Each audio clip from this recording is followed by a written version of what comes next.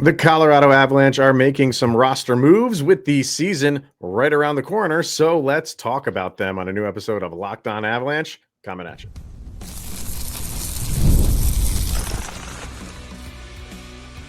Your Locked On Avalanche, your daily podcast on the Colorado Avalanche. Part of the Locked On Podcast Network. Your team every day.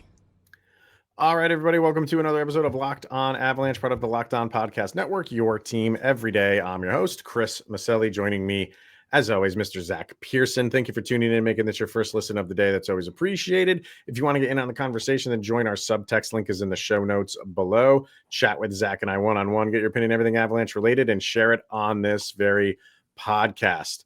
We will give our Stanley Cup predictions for this season. We're not going to go through every team that we think is going to make the playoffs. We're just going to give the conference finals for each. So the final four, and then the final two, and then who's our cup champion. So we'll get that a little bit later, along with our subtext people. They have chimed in on that as well. So we're going to do that.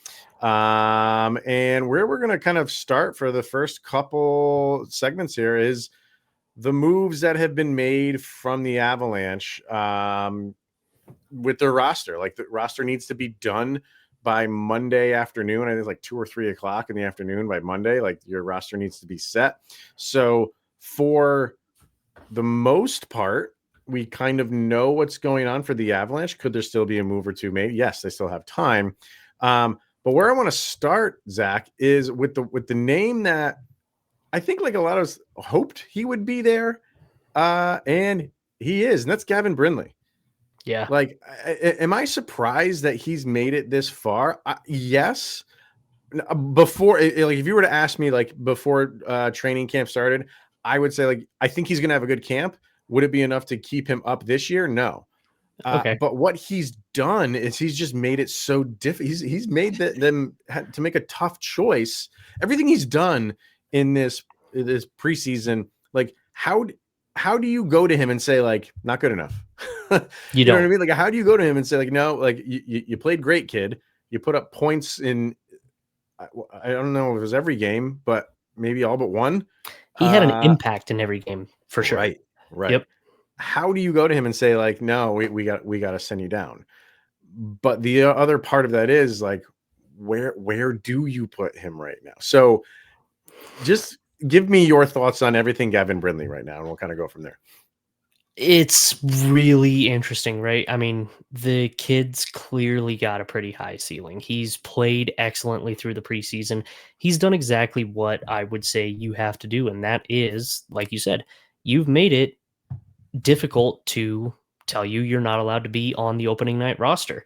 Right. And quite frankly, I don't disagree with that at all. Like, Bardakov, I think, has still got a really solid argument for being there, and obviously Brindley's not center. He's still, though, like, how do you rearrange this and make it work so that you've got things set up the way that I like him better than I liked Kiviranta through a bunch of stuff. And I'm a huge Kiviranta fan. I liked him better than I liked Parker Kelly on some spots as well. And I've enjoyed his game too. It's like, there's just he's made enough of an impact. He's smart plays. He's not turning the puck over. He's setting up other players for, I still can't get over that pass from behind the net that set up the, I don't even remember who scored the goal. I only remember his pass, but like, all of those things are really good. Yeah. So he looks sharp enough that, it's like, okay, who do we not have in the lineup for Brindley? That's a difficult choice to make as well, but it's not one where you can just easily say, no, you're not there. And I mean, good on him for doing that. Oh, absolutely. I mean, this is what you like to see in any player. Just, take the bull by the horns and just say, like, okay, I'm going to make it difficult for the coaching staff to demote me. Exactly. And that's exactly what he did. Just the interesting part with all of this is where you put him in, because you mentioned Kiviranta, you mentioned Kelly. I don't feel like they're keeping him on this roster right now to put him on a fourth line. Like, I don't think that benefits him. I don't think that helps his growth. I don't think that would be where they want to go with him. Now, they could still send him down. Like I said, they have time, on Monday when this is coming out to do that. If it goes past the deadline and he's still there, I think this kind of spells a little bit of danger for Olofsson. Really? I do. That's interesting. Because that's where he would go minimally, is on a third line. Minimally. You're not he's not cracking the top 6, at least to start the season, right? He's not doing that. No. Your top 6 is set. If you're keeping Gavin Brinley here, he's one of your top prospects. If you feel like he's capable of playing at the NHL level right now, you're not putting him on a fourth line. You go send him back to the AHL, where he can play tons of minutes and kind of still get his skills fine-tuned. Yeah. But I think he doesn't need that. If you don't think he needs to go down to the AHL, why are you going to put him on a fourth line where he's only going to get 10 to 12 minutes a night? It doesn't make sense. So I'm not saying Olofsson like played poorly in the preseason, but I think he had a little bit of. Remember how we were talking about all these games every time we kind of like go over them, and how guys like Nathan McKinnon and Cale Makar were going maybe half speed or 60% speed. Like, they are allowed to do that. They're not in danger of anything. And if Olofsson was doing that, like, maybe you're new to this team, dude. You're new to this team. You need to throw everything in from practice number 1. And again, I'm not saying he didn't do that. I think it's less about what Olofsson didn't do and more about what Brindley did do. That's fair. And he came in and he's taken this spot. Or it could just, but this is the other part of it that's weird, is like Brindley, if you keep him on the roster and he's just like that extra man on your roster that you're not playing, that doesn't benefit him either. No, that's a terrible spot to have him in right now. Like that's what I'm saying. Like, if we get past the deadline on Monday and he's a part of this roster, to me it's third line. It has to be. And you let him play that for a little while. And I'm not sitting here saying like he's going to be there for the duration of the season, but you let him play a few games and then you let him get his feet wet a little bit. And then, when Logan O'Connor comes back, maybe that's enough of Eagles. Could be. Who knows? So that could make sense. And I mean, I guess I didn't really think about, you don't want him on the fourth line, right? I'm just trying to think of who I would who's going to replace, right? Like, whose spot do you slide? Because I thought Olofsson, he could have done maybe more, but I didn't have any issue with how he played through the preseason. I thought he looked solid as well. But I mean, honestly, this is such a good problem to have, right? Like, I'd much rather be staring here looking at the roster like, man, I really need that guy in the lineup, but I don't know who I can possibly take out of the lineup to allow him to be in the lineup. Right. Versus, I feel like a couple of times, especially looking at the roster, where you're like, I really would like this guy maybe not in the lineup, but we have nobody to put in the lineup over this person. Mm-hmm. And so, like, this is a good problem to have for sure. Olofsson maybe does make the most sense. You're right. I mean, and again, Olofsson could be the guy that you have sitting in the press box, because it's not necessarily detrimental to him. He could be the healthy scratch for a game or two to let Brindley play on that third line. And you're not, like, Olofsson's established. He's not a guy that you need to get as much experience as you can. So that would be the opportunity to put Brindley in there. That could make a lot of sense. Yeah, it would be weird to say that to start the season. Usually you want all the guys who are deserving to start, game one. And normally you kind of gear towards the veterans to start like your first game of the season. But, the possibility of having Gavin Brinley and Bardakov in your starting roster on game one, with all of the, everything that's been talked about with the Avs and their farm system, and, and you have two guys that we're just getting to know, starting on day one would be something we did not really kind of see coming. Not something I would have predicted at all. Yep. No. But if you do that with Olofsson and kind of make him the healthy scratch day one, what's that do to his psyche? It's like, dude, I came here, like I signed here, Yeah. free agent, and like day one, you're benching me. I know it's a long season. I'm sure if that's the route they go, I'm sure they have conversations with him about what the plan is. Yeah. So maybe that would put his mind at ease if they kind of lay it out for him. But it would be okay to like get Brindley in early in the year again. Just get him a few games just to see what it's like, game speed, regular season games, and then go send him back down. Hey, kid, you got a little taste. Go back down, fine tune things, and then we're going to need to be calling you up at some point during the season. Yeah. Maybe go that route. And that could work. I don't know who else you scratch. Like I said, maybe Kiwi, but I agree. You don't necessarily want to take a guy like Brindley and pop him on the fourth line. You want him to get more playing time. And that fourth line is solid. The fourth line is really a solid fourth line. Like, why would you really mess with that all that much? Yep. So the fact that they haven't sent Brindley down yet as of recording this just really tells me that they want him out there for opening night. I don't know that 100%. There's still a whole day's worth of transactions to be made, but it really does feel like he's made enough of an impression on the coaching staff to be to be an option. Yep. You're right about that. So they did make some more moves. They had a waiver pickup and sent a couple guys through the waiver wire. So we want to talk about those and the implications that they could have on the opening roster as well. So we'll do that coming up next. Let's hear from Monarch Money. Most people can't name all of their financial accounts or even what they're worth, and whether it's 401ks, properties, or investments. And when you don't have the full picture, you can end up leaving money on the table. That is where Monarch Money comes into play. It's an all-in-one personal finance tool that brings your entire financial life together in one clean, easy-to-use interface on your laptop or on your phone. And Monarch is built for people with busy lives. If you put off organizing your finances, Monarch is for you. It does all the heavy lifting, and you can link all of your accounts in minutes, see clear data visuals, get smart categorization of your spending, and finally feel in control of your money without ever touching a spreadsheet. So don't let financial opportunity slip through the cracks. Use the promo code LOCKEDONNHL at monarchmoney.com in your browser for half off of your first year. That's right. It's entire 50% off of your first year at monarchmoney.com. Once again, that promo code is LOCKEDONNHL. All right, so more moves made by the Avs.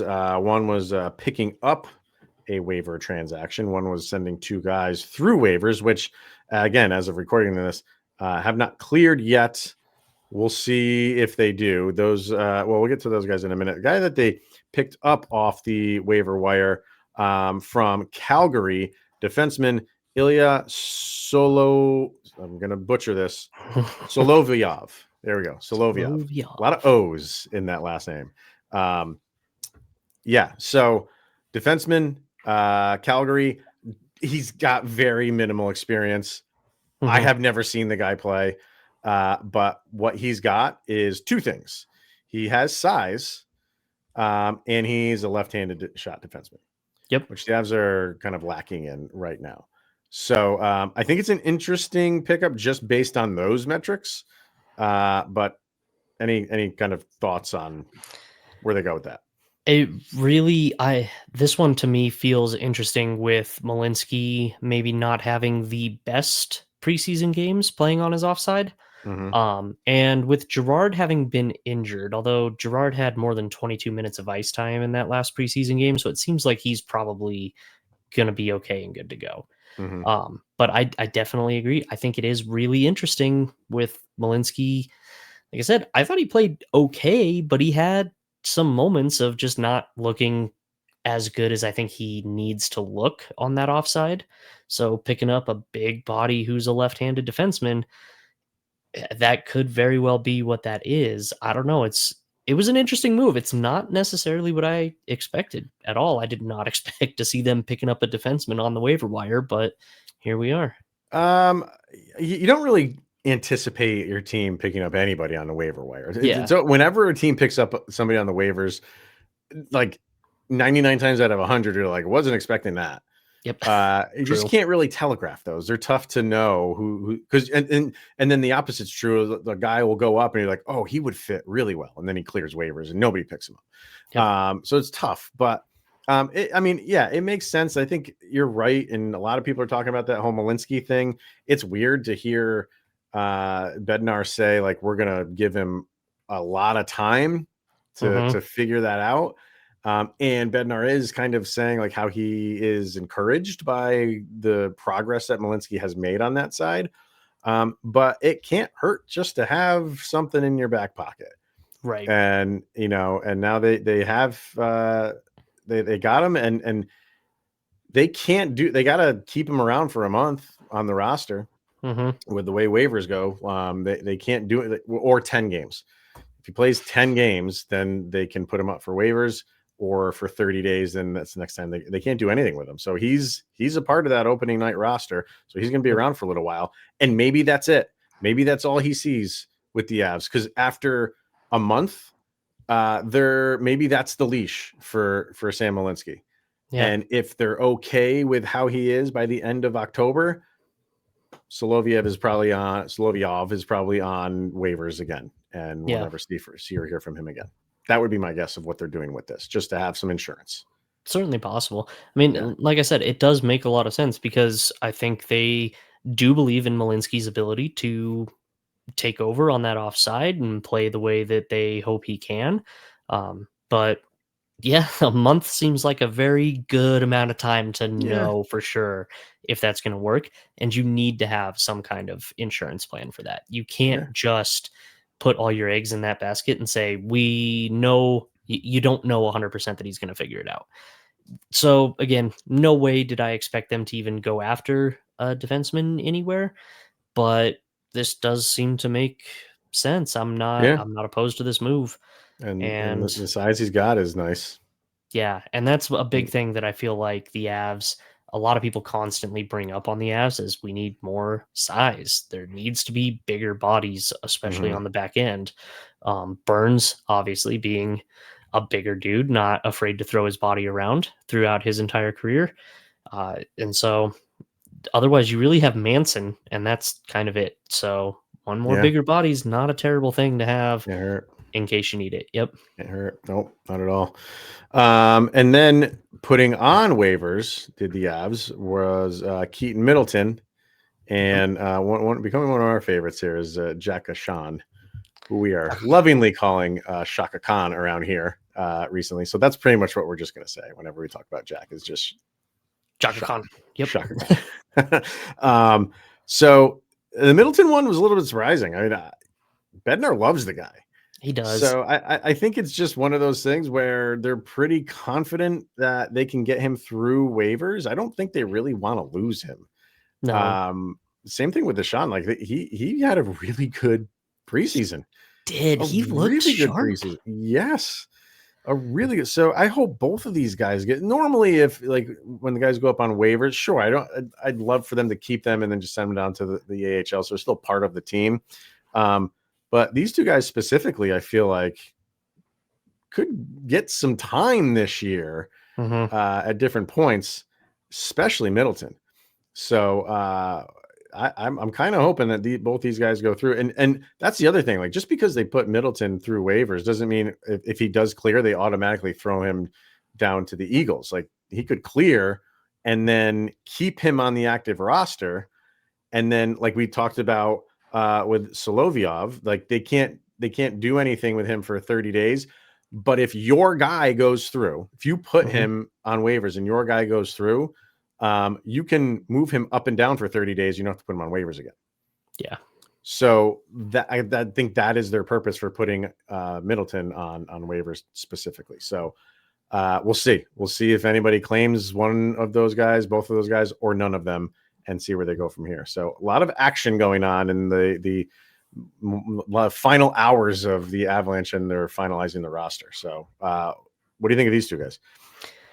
I would love to have them both clear and not have to worry about it because I mean, Keaton Middleton is one of those players that, like I said, I feel like eye test last year, and I've said this before, I wasn't overly impressed with his game. And then actually looking at some of the underlying numbers, some of the stats, I think he played a lot better than I gave him credit for. And so I'm really interested to see what he can do again this year. Ahcan, I need him to stay around just so I can say that as often as I possibly can. Shaka Khan. That has to be a thing just moving forward. Yeah. And the Connor McGahey goal call will be worth him staying as well. If he should score a goal, Connor McGahey will come up with something wicked awesome to say. Don't know what it's going to be, but it's going to be great. So, I definitely understand both of these guys being put on waivers because, again, you do have a solid amount of depth at all the spots. And then when you pick up Soloviov, I hope I said that right. Yes. It's like that is just more people at that same kind of area. You're just in a rough position of trying to figure out what you're going to do and make it work the right way.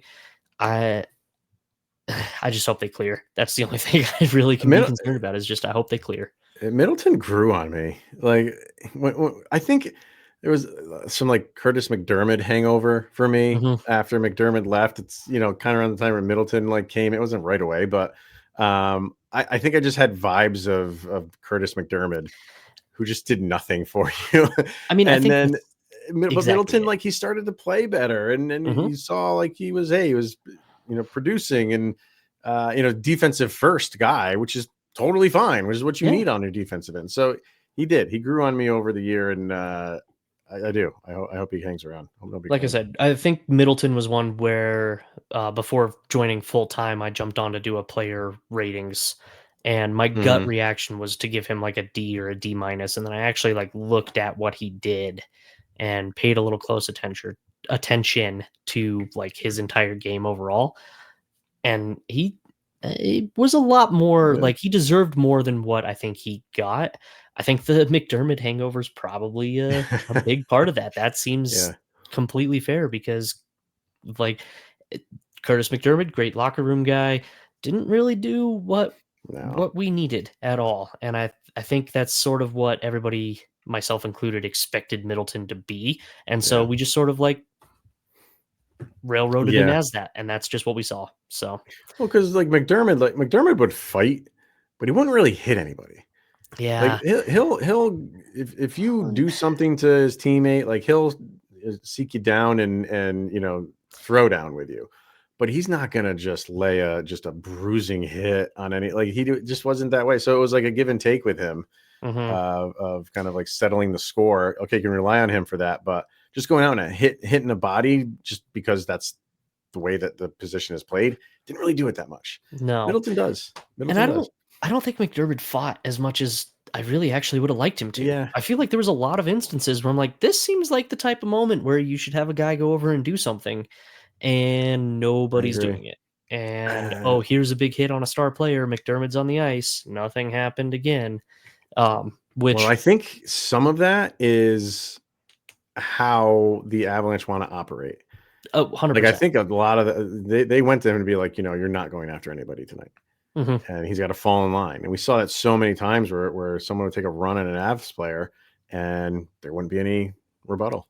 But then the issue is, why have McDermott on your team? Because he's not fitting in any other way. And again, I'm not trying to like bash the guy because I really did like him. But man, I'll tell you, just to reiterate how great it is to have Landeskog back, because that is going to take care of so much of that identity for the Avs. Yep. Oh man, wonderful. And then maybe Middleton, should he come back up, he doesn't have to be the go fight a guy, but he can be the lay the hits, and he can be a more physical defensive presence. So I'm so excited for the season. Agreed. Start. Let's go. All right. Well, let's get to our predictions. What do we think is going to be the Stanley Cup final? Our picks, people from Subtext. We're going to do that right after this. Let's hear from FanDuel. The NFL season is here, and FanDuel has an offer that you do not want to miss. I'm hoping nobody listened to me. I don't think I said it on the show, but I did not think the Denver Broncos are going to win that game. Zach is wearing his Denver Broncos hat in solidarity right now. I'm not saying like I didn't think they were going to win that game while it was happening, before the game even started, I was like, chalk this up as a loss in Philly, undefeated, Super Bowl champs, going to be tough.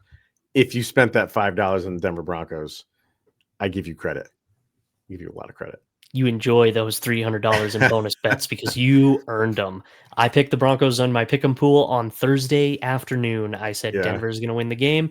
I locked in my picks, and heck yeah, here we are recording after one heck of a win. Amazing. So absolutely amazing. And like Zach said, you can throw down $5, a $5 bet. If it wins, it gets you $300 in bonus bets. You pick a bet, put down $5. If that thing wins, unlock $300 in bonus bets to use across the app. So what are you waiting for? Visit FanDuel.com right now to download the FanDuel app today and get started with that $5 bet. Yeah. Put one of those free bets on one of our picks that we're about to lay out for you here too. Ooh, here you go. See, we're getting this set up. Stick around. Let's talk about it, sir. All right, we're going to get to our Stanley Cup predictions. Like we said, we're going to do just the conference finals for each, and then the Stanley Cup final, and obviously our Stanley Cup champ. I want to get to the subtext people first here, and give them some shout outs here. So we have, I'm going to start with Vargar. Oh man, he sent me the screenshot of the actual, he wrote his own bracket. Nice. And he laid it all out. And the thing I like about Vargar is he whatever he feels, he's going with. He gave me a little bit more than I asked for, but you're going to get it all. So he says Florida over New Jersey in the East. Okay. Dallas over Utah in the West. Ooh, okay. And he picks Dallas to win it over Florida. And that's what I'm saying. Like, I appreciate Vargar because we are an Avalanche podcast. And for someone to subscribe to our subtext and pick the hated Stars is... Throw Dallas, man. Yes. Gutsy. Not only does he say Dallas wins, he says Mikko gets the Conn Smythe, which will just twist the knife. And he says Colorado will be out in 7 against Dallas in the second round. And then Chris McFarland will get fired. So he gave us all of that. Vargar, man, I appreciate you so much. I love everything that you throw out. This is great. If we lose in the second round to Dallas and then Mikko goes on to win the Conn Smythe, I'll give you that. It might be time to start looking at CMAC a little bit. Don't know that I agree with that being the scenario, but man, I appreciate the heck out of you. Yep. Oh God, he's great. Katie says Western Finals Avalanche over the Oilers in 6. In the East, the Maple Leafs over Carolina in 7. Ooh. And they have the Avs over the Leafs in the final in 6 games. I'm good with that. Yeah, I like it. The Maple Leafs make the Stanley Cup final. I picked them a couple of years ago because I thought it was like their year, and I think they went out in the first round. So I don't know. Every year coming into the playoffs, they feel better, and then the playoffs start and they seem to collapse. So we'll see. We'll see. Adam says Carolina breaks through and beats the Panthers in 6 games, and the Avalanche get past the second round and beat the Golden Knights in 7 games. And the Avs bring their 4th cup to Denver, beating the Hurricanes in 6. So Avs over the Canes, which I feel is like a pretty popular pick across the media landscape, is Avs and Canes. Who's winning is kind of up in the air, but I feel like that is a popular one. Yeah. Avs and Canes. We got Lisa says Western Conference Finals, Avs over Oilers, and in the East, Canes over Panthers. So I think it's the same thing. And Avs over no, that's a different one. So because she's got the Panthers winning. Okay. Sorry. Panthers over the Canes, Avs over the Oilers. So Avs and Panthers final, and Avs prevent a three-peat and beat the Panthers.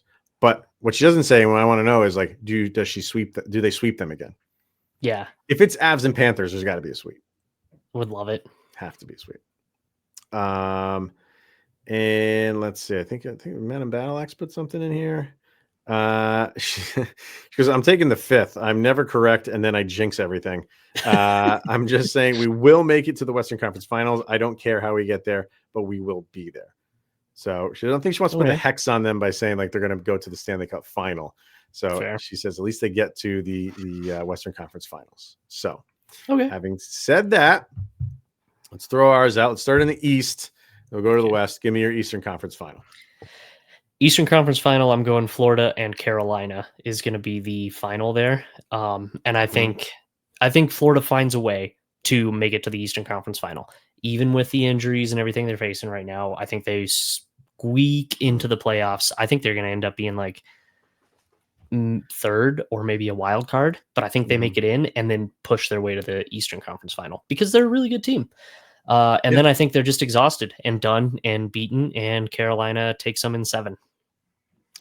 So Carolina over Florida in 7. Yeah. It's gonna Florida, even with those injuries, like Florida is obviously still a good team, playoff team definitely.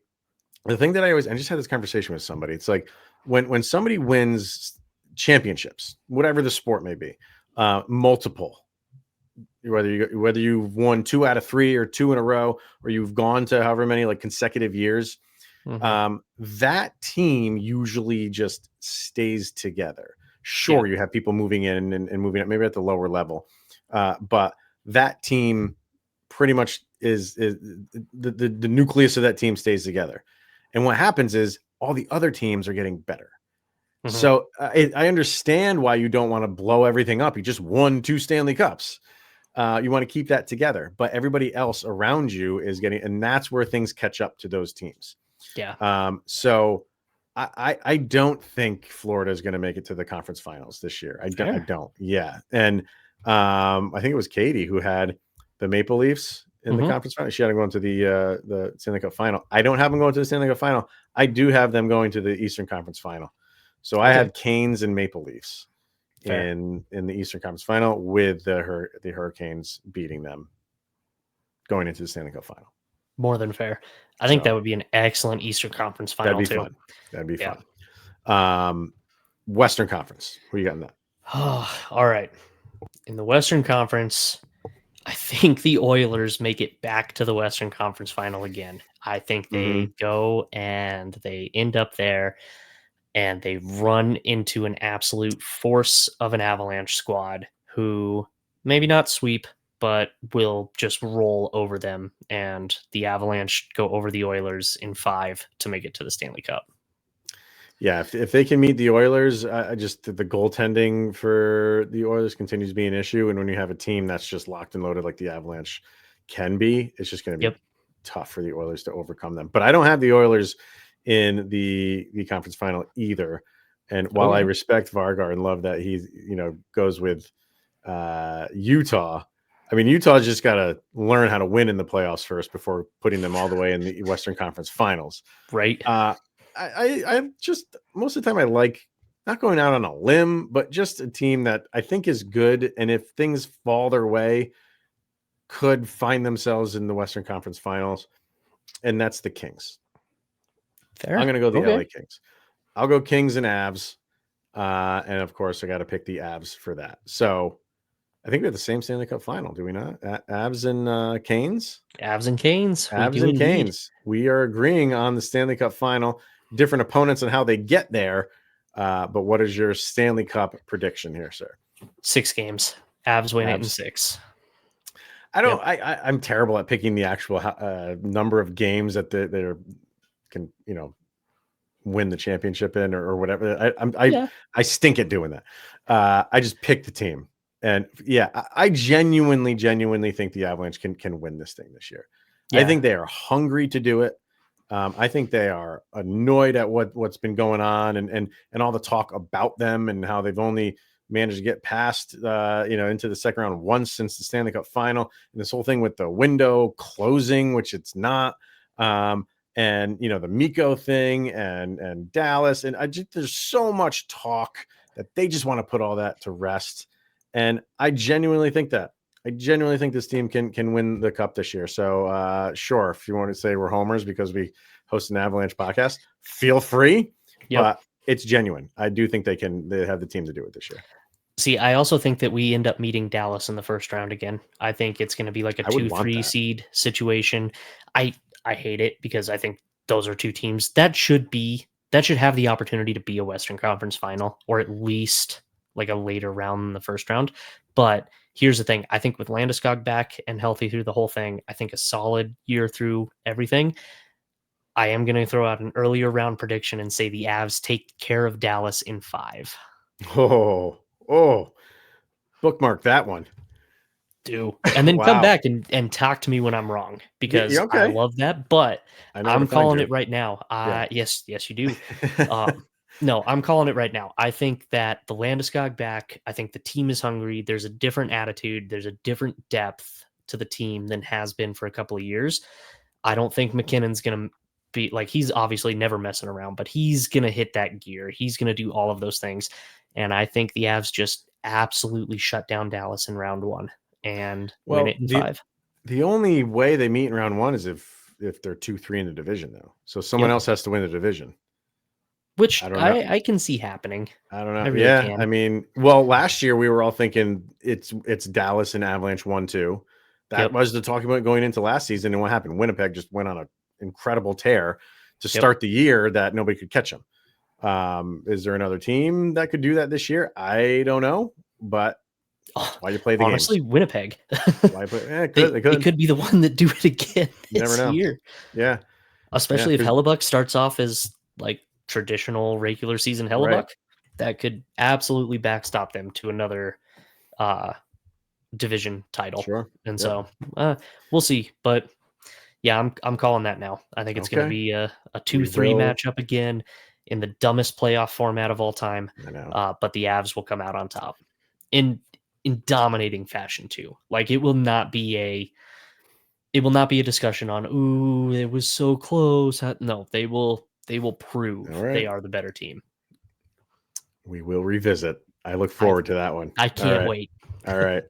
It's going to be a while before we get to revisit that one, but we will. So that's going to wrap it up for today, everybody. So thank you so much for tuning in and making this your first listen of the day. Always appreciate it. We'll be back tomorrow with anything going on. We finally do get this finalized official roster. We'll probably be talking about that and anything else going on in Avalanche Nation. So be sure to tune in to that one. So cannot wait to see that starting lineup with Sidney Crosby. Yeah. It's going to be awesome. It's going to be great. It's going to be great. It's going to be great. So for Mr. Zach Pearson, I am Chris Maselli. This is the Locked On Avalanche podcast. And like that, Zach pretty much said, you're 24 hours closer to Sidney Crosby being with the Colorado Avalanche in that starting lineup.